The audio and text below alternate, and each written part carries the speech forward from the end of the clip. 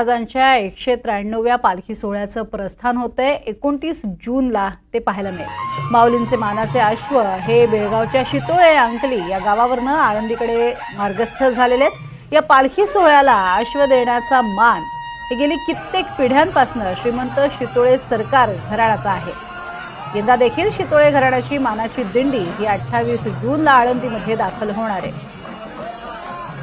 अंकलीवरनं हे अश्व जे आहेत ते निघालेले आहेत माऊलींसाठी। माऊलींचे मानाचे अश्व अशी या अश्वांची ओळख आहे आणि शितोळे सरकार घराण्यालाच हा विशेष मान आहे। तसंच जरी पताका घेऊन आणि जरी पताका हाती घेऊन बसलेले या अश्वावरचे घोडेस्वार हे सुद्धा आपल्याला शितोळे सरकारांचे दरवर्षी पाहायला मिळतात।